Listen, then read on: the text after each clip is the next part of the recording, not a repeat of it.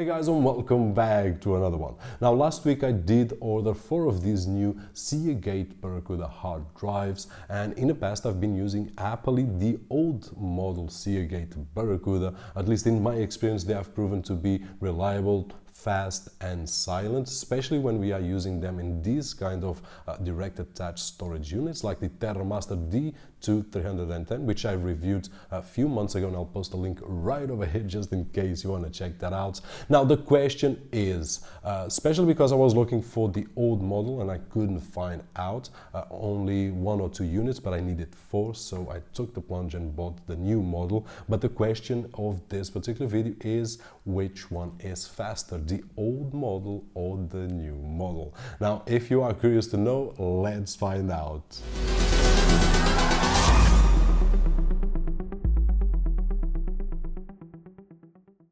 And here we are back to find out which one is faster, and to do that I did run 3 different scenarios, being one of them using a Windows 10 computer and inserting the hard drive directly to the SATA connection.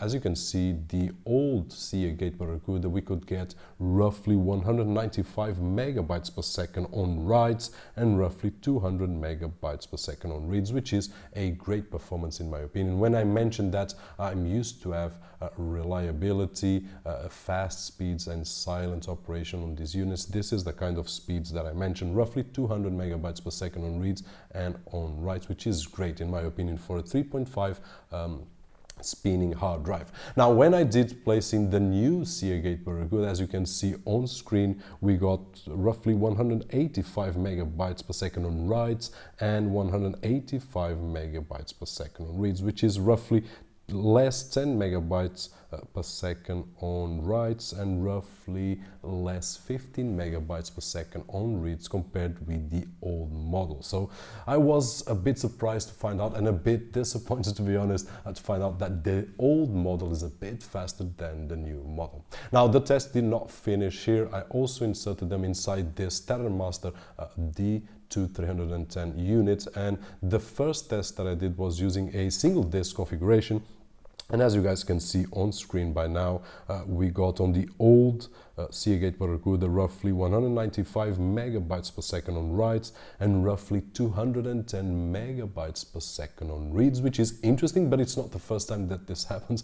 External storage unit being faster than the SATA connection inside the PC case. And then using the new Barracuda hard drives inside the D2310, we got on the writes 175 megabytes per second, and then on the reads 185 megabytes per second, which is roughly 20 to 30 megabytes per second less in terms of speed comparing with the old SEAGATE Barracuda. And here I was getting a little bit more disappointed with these units. Now let's go for the final test, and that is RAID 0 configuration on the TerraMaster D2310. And if you look at the screen, we are getting with the old SEAGATE Barracuda hard drives roughly 375 megabytes per second on writes, which is great, and then roughly 390 to 400 megabytes per second on reads with the old SEAGATE Barracuda. And these are great speeds.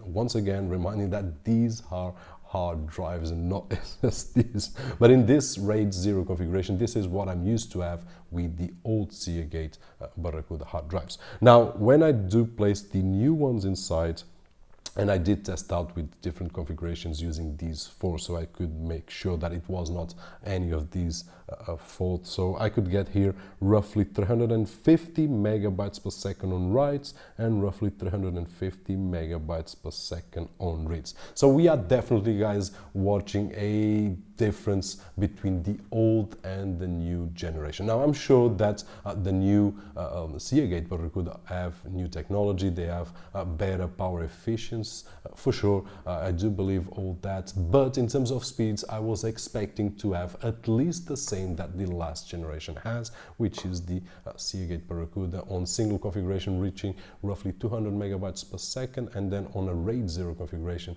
reaching roughly 400 megabytes per second, which is double that. And in my particular case, I will not be I will have no issue at all, because I'll be using the old model as a RAID 0 configuration, then one set as RAID 1 and one set as single disk configuration. So for me personally, will be okay.